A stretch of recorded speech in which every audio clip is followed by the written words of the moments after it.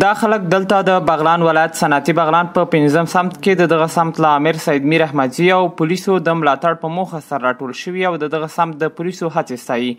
قومي مشران وایي چې وړاندې تر دې چې سید میر احمدزي د صنعتي بغلان د 5م سمت د پولیسو امیر سي په دغه سیمه کې نامني او ډول خپل سره زور اخیستی و، خو له کومې ورځې چې سید میر احمدزي په صنعتي بغلان کې د پولیسو د 5م سمت د امیر په توګه په دنده ګمارل شوی دی، امنیت یې ډاډمن شوی دی. امروز به خاطر حکومتداری یک اندازه زمین مساعد شده. تا دیروز زمین های شرکت مردم بزرگ میکنید، امروز زمین شرکت کس بزرگ نمیکنه، در خود ساحه شهر بزرگ میکاریدن، حالی بزرگ کس نمیکنه. خیلی اینا رو با مدیری که در شرکت با او لازم است این مدیریت بکنه. از روزی که آمده امنیت شهر بیخی مناسب است، دیگه هر کس دروازه بیخی رقم واز است، دیگه مشکلات است، مشکلات امنیتی ما نداریم.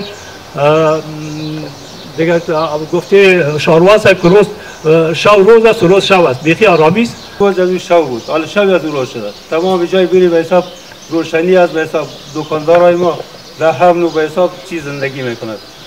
د پولیسو د 5م سمت امیر سید میر احمدزي او مرستیال سید اکرام وایي چې قانون ماتونکي کسان یې نیولي، خو بیرته تر ضمانت اخیستو وروسته د سیمه ییزو قومي مشرانو په منځګړیتوب د سمت د نظارت خونې خوشي کړي دي. دوی وایي چې پرته له هر رازویري د خپلو خلکو په چوپړ کې دي او چاته به اجازه ورنه کړي چې عامه نظم ګډوډ کړي او ناامني جوړه کړي.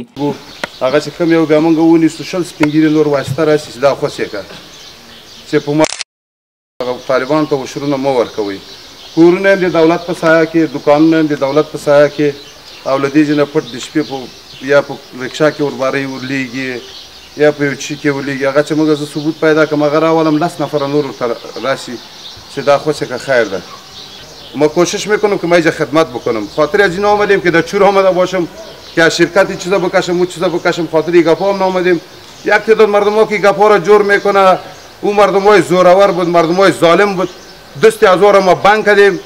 جان در تن ما است، ما از وطن خود دفاع میکنیم، از ناموس خود از وطن خود دفاع میکنیم و این قول ده که ما در بعد از ختم اکادمی دادیم و قول خود ایستاد هستیم و از شب و روز ما به خدمت تمام همشهریان عزیز قرار داریم که هر لحظه و هر ثانیه‌ای که بخواهند من حیث یک برادرشان یا خدمتگزارشان ما به خدمت از هستیم.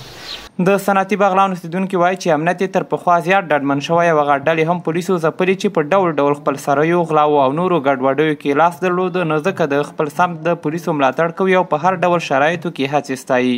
نورګل اندړوال، میلمه راډیو، بغلان.